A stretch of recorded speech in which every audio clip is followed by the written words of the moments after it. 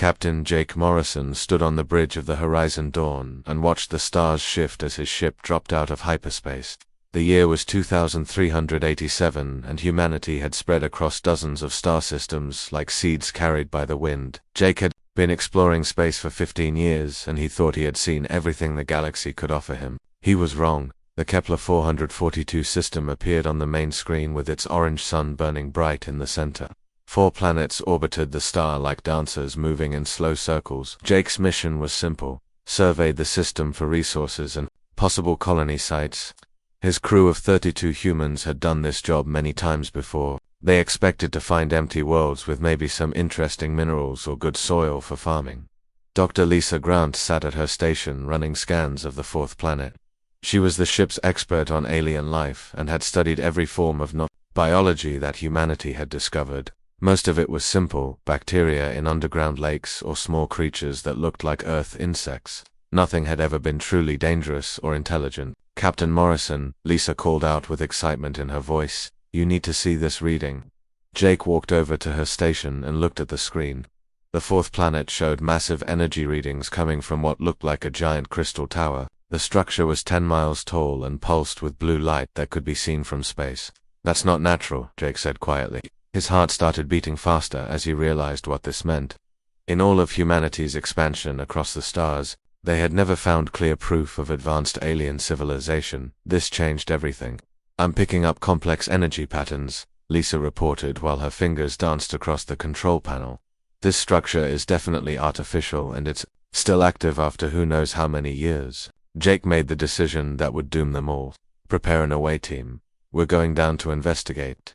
2 hours later, Jake led a team of 8 people down to the planet's surface. The air was breathable and the gravity felt normal. The crystal spire rose above them like a mountain made of blue glass. Strange symbols covered its surface, and the whole thing hummed with power that made their teeth ache. Lisa took readings with her scanner while the rest of the team spread out to explore the area. Ancient ruins surrounded the base of the spire buildings that looked like they had been built for creatures much larger than humans. Everything was covered in the same strange symbols that seemed to hurt their eyes when they looked too long. "The energy source is incredible," Lisa said with wonder in her voice. "This technology is thousands of years ahead of anything we have. Maybe tens of thousands of years." Jake was examining what looked like a control panel when Lisa screamed. He spun around to see creatures emerging from hidden doorways in the ruins. They were 7 feet tall, with scales that shifted color like oil on water. Their eyes were yellow and cold like a snake's eyes. Sharp claws extended from their long fingers, and their mouths were full of teeth designed for tearing flesh. "The Kethverwake," one of the creatures spoke in perfect English, though its voice sounded like grinding stone. "Fresh prey walks among our sacred places." Jake pulled his weapon, but the creature moved faster than anything he had ever seen. It covered 30 feet in 2 quick jumps and knocked the gun from his hands with one swipe of its claws. 3 parallel cuts opened on Jake's arm, and blood ran down to his elbow. More creatures appeared from the ruins and from inside the crystal spire itself. They had been sleeping here for centuries, waiting for someone to disturb their rest. The humans scattered and ran, but the aliens followed them like wolves chasing rabbits. Lisa barely made it back to the shuttle with Jake and 3 other crew members. 5 people were left behind, including young engineer Paul Green and security officer Mary Stone. Jake could hear their screams, echoing across the ancient city as the creatures caught them. The shuttle lifted off as alien ships emerged from underground. Haggers, the vessels were sleek and dark like hunting birds made of metal. They moved through the atmosphere without making any sound, and their weapons fired beams of red light that could slice through solid rock. "Get us back to the ship now," Jake ordered the pilot as enemy fire lit up the sky around them. The Horizon Dawn was already under attack when they reached orbit. 3 alien ships circled the human vessel like sharks around wounded prey. Jake's ship had better shields, but the enemy weapons were cutting through them piece by piece. "Send a distress signal to Colonial Command," Jake shouted over the sound of alarms. "Tell them we've found hostile aliens in the Kepler 442 system." The communication officer tried, but something was jamming their signals. Only short bursts of data could get through before the alien ships blocked them again. Jake knew that even if their message reached human space, it would take weeks for help to arrive. "Jump to hyperspace," he ordered. "Get us out of here." The Horizon Dawn fled the system with the alien ships following close behind. Half of Jake's crew was dead or captured, and he had just awakened humanity's worst nightmare. The HFY were awake, and they were hungry for the hunt that would define the next chapter of human history. The news from the Kepler 442 system spread through human space faster than wildfire. Admiral Helen Brooks sat in her office on the orbital station above Earth, reading the scattered reports that had made it through the alien jamming. Each fragment of data painted a picture that made her blood run cold. Captain Morrison's ship had limped back to the nearest human outpost, with half its crew missing and stories of 7-foot-tall predators that spoke perfect English. The aliens called themselves the HFY, and they treated humans like animals to be hunted for sport. Helen had seen a lot of war in her 40 years of service, but nothing had prepared her for this. "Ma'am," her aide, Lieutenant Kevin Walsh, said as he entered the office, "we're getting reports of alien ships in the Tau Ceti system." Helen felt her stomach drop. Tau Ceti was home to New Colorado, a mining colony with 50,000 people. If the aliens had found it, then they were moving faster than anyone thought possible. On New Colorado, miner Sam Carter was working the night shift when the sky lit up with strange lights. He climbed out of the deep pit where he spent his days digging rare metals and looked up to see ships that moved like living things. They were dark and silent, and they made the hair on his arms stand up just by looking at them. The first attack came without warning. Beams of red light swept across the mining facility and cut through steel like it was paper, but the weapons were set to stun, not kill. Workers collapsed where they stood, but they were still breathing. Sam realized with growing horror that the aliens were not trying to destroy the colony, they were hunting it. HFY warriors dropped from their ships, using some kind of gravity control that let them float down like deadly feathers. They moved through the colony with practiced efficiency and rounded up humans like cattle. Sam watched from his hiding place behind an ore hauler as the creatures sorted people into groups. The young and healthy were taken alive. The old and weak were left behind like broken toys. "Run," Sam whispered to his friend Danny, who was crouched next to him. "Get to the communications tower and call for help." But it was too late. A HFY warrior landed behind them with barely a sound. Its yellow eyes fixed on Sam, and its mouth opened in what might have been a smile. "Fresh prey," it said in that voice like grinding glass. "You will provide good sport."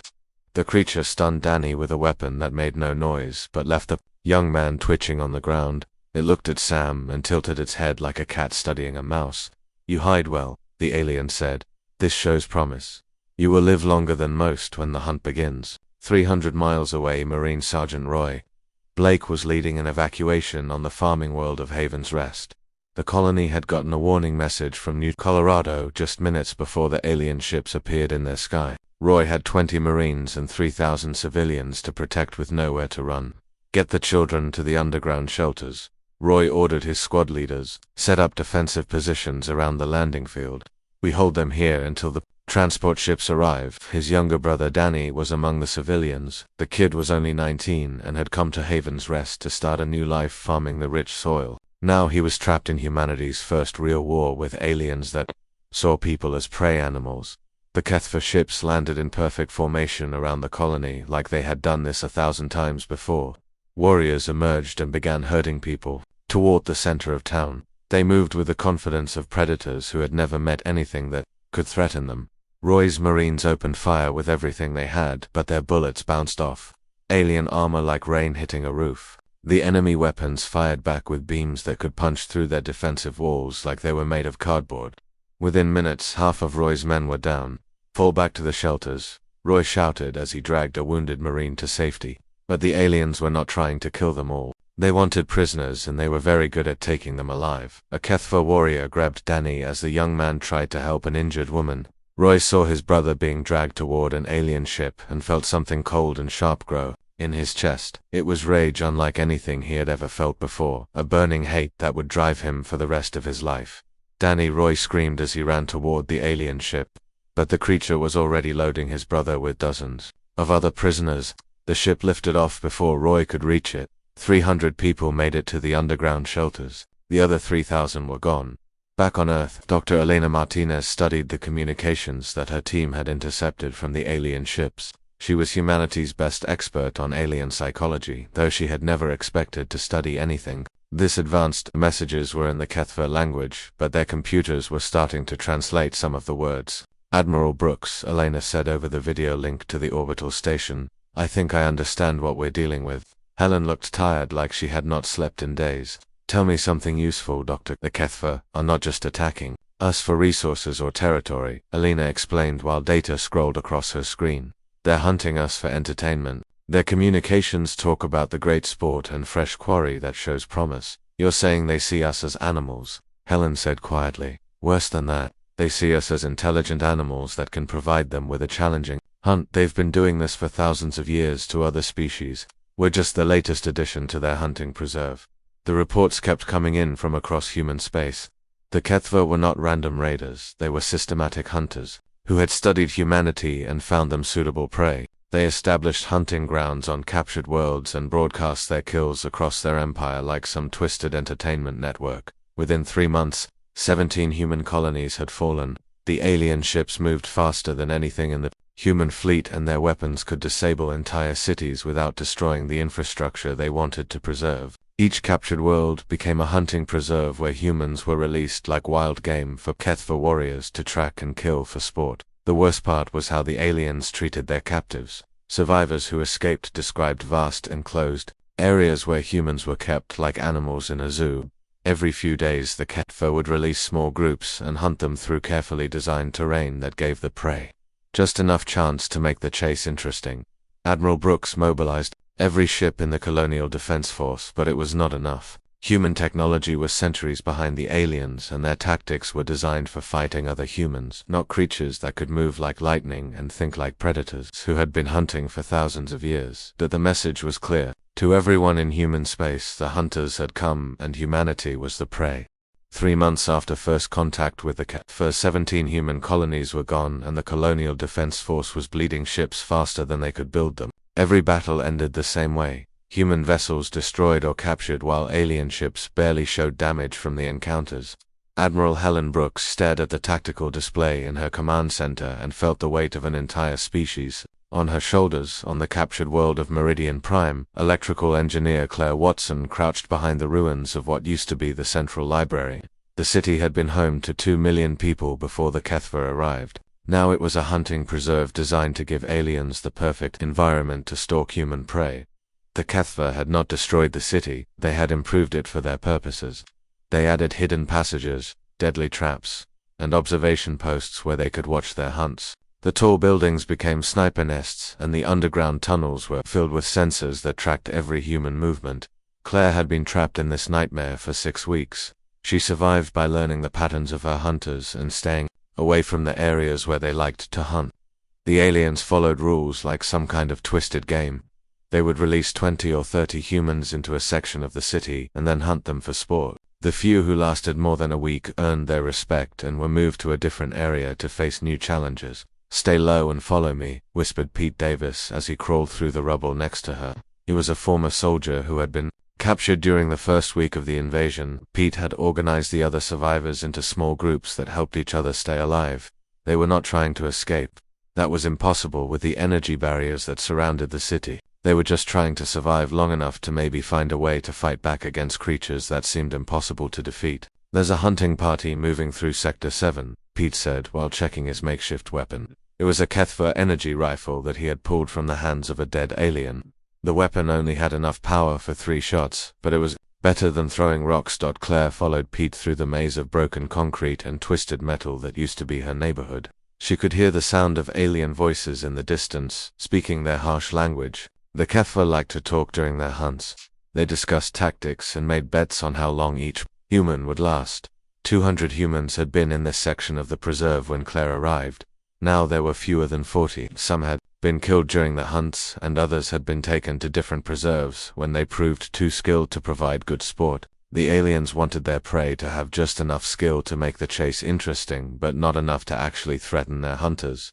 Back on Earth, President Frank Nelson sat in an emergency session of the Colonial Council. The room was filled with representatives from every human world that was still free. The debate had been going on for hours, and Frank could see the fear in every face around the table. "We have to consider surrender," said Councilwoman Patricia Lee from the Centauri colonies. "The military tells us we cannot win. Maybe if we negotiate with these aliens, we can save some of our people." "Negotiate what exactly?" shouted Councilman David Chen from New Austin. "They see us as animals to be hunted. You cannot negotiate with a predator that wants to eat you. Frank looked at the casualty reports that covered his desk. Over 3 million humans were missing and presumed captured. The lucky ones were dead. The unlucky ones were being hunted through alien-made labyrinths for the entertainment of creatures that had been perfecting this sport for thousands of years. The motion is to offer the HFY hunting rights to certain unpopulated worlds in exchange for leaving our colonies alone, Frank said, even though the words tasted like poison in his mouth. All in favor. The vote was close, but the motion failed by just 3 votes. Humanity would continue to fight, even though every military expert said it was hopeless. Frank wondered if he had just signed the death warrant for the entire human race. In the Outer Rim territories, Captain Jake Morrison guided his damaged ship toward the industrial world of New Detroit. The Horizon Dawn had been running for months. Since the disaster at Kepler 442, half his crew was dead and the other half barely slept because of the nightmares that came every time they closed their eyes. Jake had become obsessed with understanding how the HFY technology worked. He spent hours studying the scanner readings they had taken of the alien ships and weapons. The key to humanity's survival had to be hidden somewhere in those energy patterns and weapon signatures. Captain called out his remaining science officer, Lieutenant Nancy Hill. We're getting a signal from New Detroit. They're willing to give us supplies and repairs. New Detroit was one of the few worlds that still had the industrial capacity to help damaged ships. Most of the major colonies were either captured or evacuating their populations to safer systems. Jake knew this might be his last chance to refit his ship for what he was starting to think was an impossible mission. On Meridian Prime, Claire Watson was working on something that might change everything. Using her knowledge of electrical systems and pieces of salvaged alien technology, she was building the first human-made HFY weapon. It was crude compared to the original, but it might actually work. The power coupling is unstable, she told Pete as they worked in the basement of a ruined hospital. But I think I can make it fire at least once. More importantly than the weapon itself was what Claire had learned about how the aliens thought. The HFY were perfect predators, but they had one weakness. They were predictable. They followed patterns that had worked for thousands of years against every species they had hunted before. They always hunt in the same way, Claire explained to the other survivors. They release prey in open areas and then drive them toward prepared kill zones. They expect us to run in panic like every other species has done. The resistance was small and poorly armed, but they had something the HFY had never encountered before, prey that was learning to think like predators. Claire's improvised weapon killed 2 alien hunters in an ambush that should have been impossible. The creatures had become overconfident after months of easy hunting, and they walked into a trap that turned their own psychology against them. Word of the successful ambush spread through the preserve's hidden communication network that Pete had established. For the first time since the invasion began, humans had killed HFY warriors in direct combat. It was only 2 aliens out of thousands, but it proved that the creatures could die. The aliens responded with increased patrols and deadlier traps. But they also showed something new in their behavior: uncertainty. The perfect predators were starting to wonder if their prey might be more dangerous than they had thought. Captain Morrison reached New Detroit just as reports of the Meridian Prime ambush arrived. As he read the intelligence reports about humans successfully fighting back, a cold smile spread across his face. He had found what he was looking for: proof that humanity could adapt to anything, including being hunted by creatures from their worst nightmares. The darkest hour was ending, and something new was about to begin. Captain Jake Morrison walked through the industrial complexes of New Detroit with a purpose that had been growing in his mind for months. The world was one of humanity's major manufacturing centers, and it buzzed with the constant sound of factories, working day and night to build weapons that could not stop the HFY advance. Jake was looking for something different, not better weapons but better understanding. Dr. Alex Kane worked in a laboratory buried deep beneath the planet's surface. He had been a military strategist before the war, but now he spent his time studying every piece of HFY technology that human forces had managed to recover. His office was filled with broken alien weapons, damaged armor pieces, and recording devices that had captured the sounds of their language during battle. "Captain Morrison," Alex said as Jake entered the lab, "I've been expecting you. Your reports from the first contact incident have been very helpful." Jake looked around at the collection of alien artifacts and felt a chill run down his spine. Each piece represented human lives lost to creatures that treated his species like animals in a hunting preserve. But Alex seemed excited about what these pieces could teach them. I've made a discovery, Alex continued while pulling up holographic displays of battle footage. The HFY are not just advanced predators, they're creatures of habit. They've been hunting the same way for thousands of years because it has always worked. Jake watched the displays show alien hunting patterns from dozens of captured worlds. The creatures always followed the same basic strategy: establish hunting preserves, release prey in controlled environments, and track them using superior technology and physical abilities. Every species they had conquered had responded with either mindless panic or hopeless resistance. What makes you think humans will be different? Jake asked, though he was starting to understand where Alex was leading. Because we already are different, Alex replied with a smile that was equal parts hope and madness. Look at the reports from Meridian Prime. Claire Watson and her group are not just surviving, they're learning, they're studying their hunters, and turning HFY psychology against them. Alex pulled up detailed analysis of the successful ambush that had killed 2 alien warriors. The attack had used the creature's own hunting instincts to lure them into a trap, but HFY expected. They preyed to run in terror but instead found humans who had learned to think like predators. The aliens have a fatal weakness, Alex explained while the data scrolled across his screens. They cannot adapt to prey that fights back intelligently. Every species they've hunted before either fled or fought with honor, but humans can fight. Dirty Jake felt something cold and sharp grow in his chest as he understood what Alex was suggesting. You want us to become like them. Not like them, Alex corrected. Better than them. They're perfect predators, but they've never faced prey that could become predators in return. We stop running and start hunting back. On Meridian Prime, Claire Watson was putting Alex's theories into practice without even knowing it. She had turned a section of the ruined city into a death trap for any HFY warrior who entered it. Using her engineering skills and salvaged alien technology, she created weapons that could kill the creatures and traps that used their own hunting patterns against them. They always moved through buildings the same way, Claire explained to Pete Davis and the other survivors.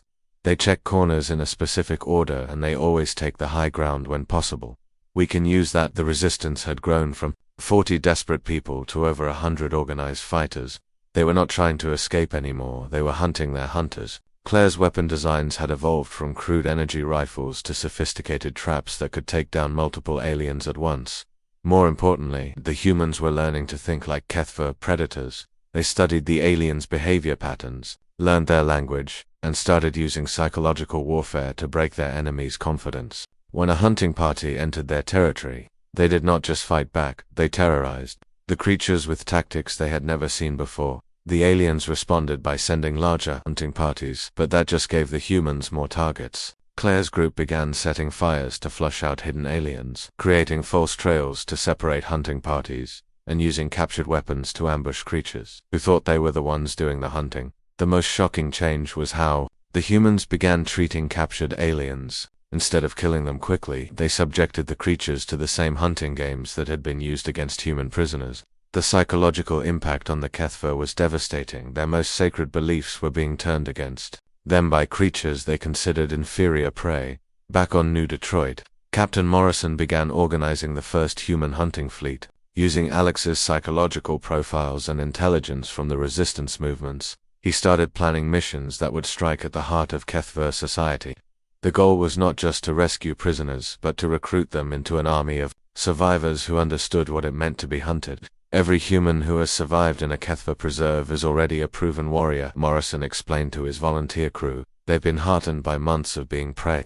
Now we turn them into predators. The plan was risky beyond belief. Morrison would take a small fleet of captured alien vessels and attack the hunting preserves directly. But instead of trying to evacuate the prisoners, he would arm them and train them to hunt their former captors. Each freed preserve would become a recruiting center for humanity's new type of warfare. Alex's research had revealed something crucial about HFY society. Their entire culture was built around the concept of hunting prowess. Warriors who failed in hunts lost status and respect. Warriors who were hunted by their own prey became outcasts. If humans could systematically hunt HFY forces, they could destroy the aliens' social structure from within. We're not going to beat them with better technology, Alex explained during one of their planning sessions. We're going to beat them by becoming something they can't understand, prey that hunts back. The first test came when Morrison's fleet attacked a small hunting preserve on the edge of HFY space. Instead of the usual human tactics of direct assault, they used captured alien ships to approach undetected. When they revealed themselves, they broadcast footage of humans hunting HFY warriors through the ruins of Earth cities. The psychological impact was immediate. The alien defenders expected desperate rescue attempts, but instead faced coordinated attacks by humans who moved and fought like the predators they had become. The preserve fell in 6 hours, and every human prisoner was given a choice: evacuate to safety or join the hunting fleet. 90% chose to stay and fight. They had learned too much about being prey to ever go back to their old lives. Under Morrison's command, they began the systematic transformation of human warfare from desperate defense to calculated predation. The reports of successful human raids spread through HFY space faster than their military could suppress them. For the first time in their history, the perfect predators were being hunted by creatures they had dismissed as inferior prey. The psychological damage was worse than any military defeat. It struck at the foundation of everything they believed about themselves and their place in the galaxy. The student was becoming the teacher, and the lesson was written in alien blood. Sergeant Roy Blake stood in the cargo bay of Captain Morrison's flagship and looked at the weapon in his hands. It was a HFY energy rifle that had been modified by human engineers to be even more deadly than the original design. In 6 months, everything had changed, and Roy was about to take the most dangerous mission in human history. "You understand what you're volunteering for," Morrison said, while the rest of the strike team prepared their equipment. "Once you're captured, we cannot help you. You'll be on your own inside their primary hunting world." Roy nodded without speaking. The mission was simple in concept, but terrifying in execution. He would allow himself to be captured and taken to the main HFY hunting preserve, a planet-sized facility where the aliens kept their most prized prey. His job was not to escape, but to organize the captured humans into something the galaxy had never seen before. The intelligence reports from Dr. Alex Kane had revealed the truth about the alien hunting culture. The HFY homeworld contained massive preserves where they kept humans from dozens of captured colonies.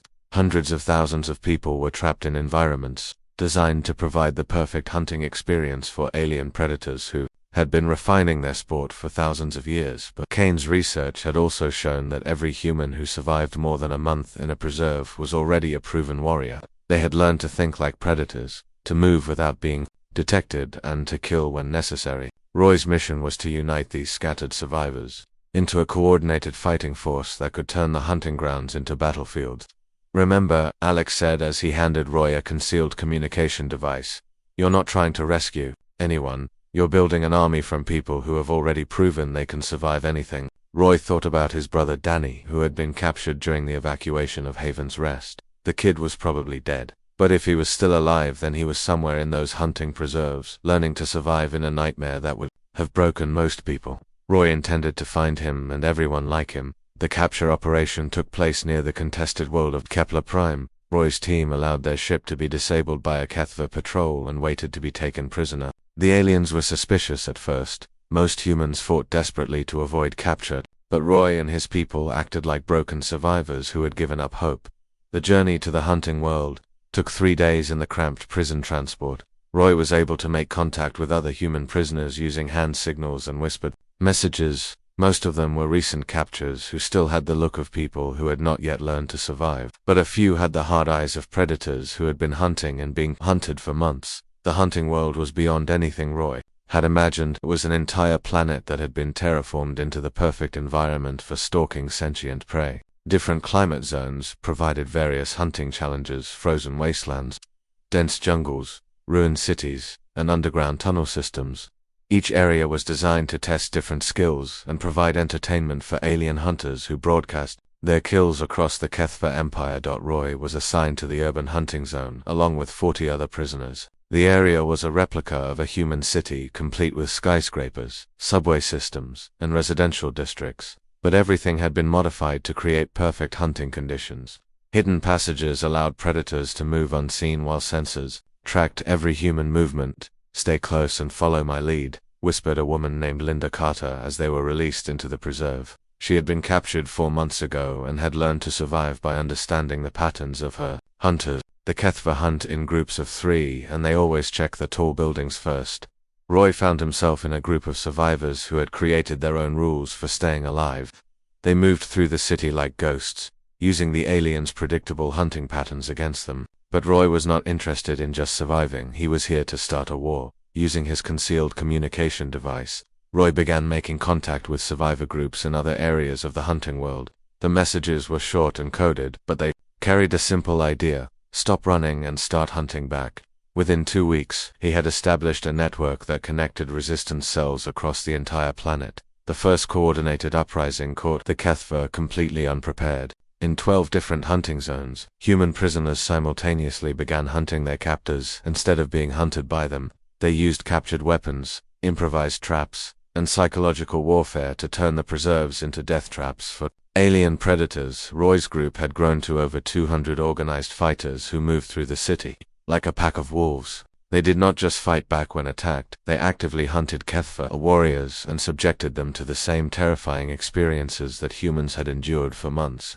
"We take them alive when possible," Roy explained to his squad leaders. "Let them experience what it feels like to be prey." The broadcasts that had once shown human suffering now displayed HFY hunters fleeing in terror from organized human forces. The psychological impact spread through alien society like a virus. Their most sacred traditions were being violated by creatures they had considered nothing more than clever animals. The resistance discovered that captured HFY could be broken just like any other prisoner the aliens had never experienced. Being hunted, and their minds were not prepared for the terror of being preyed. When human forces began broadcasting footage of alien warriors begging for mercy, it shattered the confidence of HFY society. Roy found his brother Danny in the jungle preserve during the 3rd week of the uprising. The young man had been transformed by months of survival into something harder and more dangerous than the farm boy who had left Haven's Rest. He led a group of 30 humans who had learned to hunt alien patrols through dense vegetation using tactics that would have impressed professional soldiers. "I knew you would come," Danny said when they met in a hidden camp deep in the artificial forest. "But I'm not the same person you're trying to rescue." Roy looked at his brother and saw the truth. Danny had become a predator just like all the other survivors. He was not broken by his experience. He was forged by it into something new and dangerous. The HFY had created their own worst nightmare by teaching humans how to hunt. Morrison arrived with the Liberation Fleet just as the uprising reached its peak. But he was not coming to evacuate prisoners, he was coming to recruit an army. Every freed preserve became a training center where hardened survivors taught newly liberated humans the skills they would need for the war that was just beginning. Freed humans were given a choice that would define the future of both species. They could return to safe worlds and try to rebuild their old lives, or they could join the hunting fleets that were preparing to carry the war into HFY space. The vast majority chose to fight. Roy stood on the command deck of Morrison's flagship and watched as transport ships carried volunteer fighters to human bases throughout the galaxy. These were not the same people who had been captured months ago. There was something new, humans who had learned to think like predators and who understood that the only way to stop being prey was to become the thing that their enemies feared. The tables had turned, and the galaxy was about to learn what happened when humans stopped being hunted and started doing the hunting themselves. 6 months after the first uprising on the hunting worlds, the HFY Empire was collapsing from within. Admiral Roy Blake stood on the bridge of his flagship and watched as human forces prepared for the final assault on the alien homeworld. The man who had once been a simple marine sergeant was now commanding a fleet of captured alien vessels crewed by humans, who had learned to think like predators. The war had become something that neither species had expected. Human forces did not fight like any enemy the HFY had faced in their 1,000-year history of conquest. They struck at hunting preserves and broadcasting stations, turning the alien zone entertainment networks into channels for psychological warfare that broke the confidence of an entire civilization. Dr. Alex Kane had been right about the fundamental weakness in HFY society. Their entire culture was built around the concept that they were perfect predators and every other species was natural prey. When humans began systematically hunting alien forces and broadcasting the footage across their empire, it destroyed the foundation of everything they believed about themselves. Claire Watson now commanded a technical corps that had mastered alien technology and improved upon it in ways the original designers never imagined. Her engineers had taken HFY weapons and made them deadlier, taken their ships and made them faster, and taken their hunting tactics and turned them into instruments of terror that the aliens could not comprehend. The homeworld defenses are impressive, Claire reported from her position at the tactical station, but they're designed to keep prey from escaping, not to stop predators from getting in. The HFY homeworld was a fortress that had never been threatened in recorded history. It was surrounded by automated defense stations and patrolled by the elite hunters of their society, but the defenses were built with the assumption that any attack would come from inferior species, trying to fight their way through superior technology. Human forces approached the system using captured alien ships that broadcast proper identification codes. By the time the defenders realized what was happening, predator fleets were already inside their defensive perimeter and moving toward the planet's surface. Roy's strategy was not invasion in any traditional sense. He was orchestrating the largest hunt in galactic history with the HFY as the prey. Human forces landed in a dozen different locations and began stalking alien civilians through their own cities using the same tactics that had been used against human prisoners for months. The psychological impact was immediate and devastating. HFY society had no framework for understanding what it meant to be hunted. Their warriors had spent their lives as predators, and their civilians had never faced any threat more dangerous than competing for social status. When human forces began hunting them through familiar streets, their entire worldview collapsed. Captain Jake Morrison led a strike team through the capital city of the homeworld. His mission was to capture the HFY leadership alive and subject them to the same hunting games that they had inflicted on millions of humans. The symbolism was as important as the tactical objective. The galaxy needed to see that the perfect predators could become helpless prey. The Great Hunter is in the Central Complex, Morrison reported over the communication network. The Great Hunter was the supreme leader of HFY society, a creature who had personally killed representatives of dozens of species and whose hunts were considered the finest entertainment in their empire. Morrison's team moved through the alien city like ghosts, using the creature's own hunting tactics against them. They set fires to flush defenders from buildings, created false trails to separate security forces, and used psychological warfare to break the morale of anyone who tried to resist them. The capture of the Great Hunter took place in the creature's own trophy room, surrounded by preserved remains of every species the HFY had hunted to extinction. Morrison found the alien leader cowering behind a display case that contained human skulls arranged as decorative objects. "Please," the Great Hunter said in perfect English, "we can negotiate. We can share the hunting grounds." Morrison looked at the creature that had ordered the deaths of millions of humans and felt only cold satisfaction. "You misunderstood something important about humans. We don't share." The broadcast of the Great Hunter's capture went out across both human and HFY space simultaneously. The supreme predator of an entire species was shown begging for mercy from creatures he had considered inferior prey. The psychological impact on alien society was complete and irreversible. Human forces established hunting preserves across the homeworld using the same technology and techniques that the HFY had perfected over thousands of years. But instead of entertainment, these hunts served a different purpose. They demonstrated to the galaxy that humanity had become something new and terrible. Roy Blake stood in the command center that had once coordinated hunts across the HFY empire and watched as the roles completely reversed. Alien civilians were being herded into controlled environments where they would be stalked by human predators who had learned their skills in the worst possible school. "Sir," reported one of his communication officers, "we're receiving surrender offers from 17 different HFY colonies. They're asking for terms." Roy considered the offer while looking at the tactical display that showed human forces in control of every major population center on the homeworld. The war could end right now with humanity victorious and the alien threat eliminated. But that would not be enough to ensure that this never happened again. "Broadcast the following message to all HFY territories," Roy said while activating the communication system. "Unconditional surrender, or we hunt every last one of you to extinction. You have 24 hours to decide." The surrender came in 18 hours. The surviving HFY leadership agreed to withdraw to the furthest edge of their territory and never approach human space again. They abandoned dozens of worlds and left behind all the infrastructure they had built for hunting sentient species. But, more importantly, they left behind a message that would be remembered by every species in the galaxy. The perfect predators had been broken by creatures they had dismissed as primitive prey. The hunters had become the hunted, and they would never recover from the experience. Roy Blake was promoted to admiral and placed in command of the Human Defense Corps, a military organization dedicated to ensuring that humanity would never be prey again. The motto of the new force was simple and direct: "We hunt the hunters." The freed human prisoners were given the choice to return to civilian life or join the defense corps. Most chose to remain as warriors, their experience in the hunting preserves having transformed them into something that could not go back to ordinary existence. They became the guardians of human space and the nightmare of any species that might threaten their people.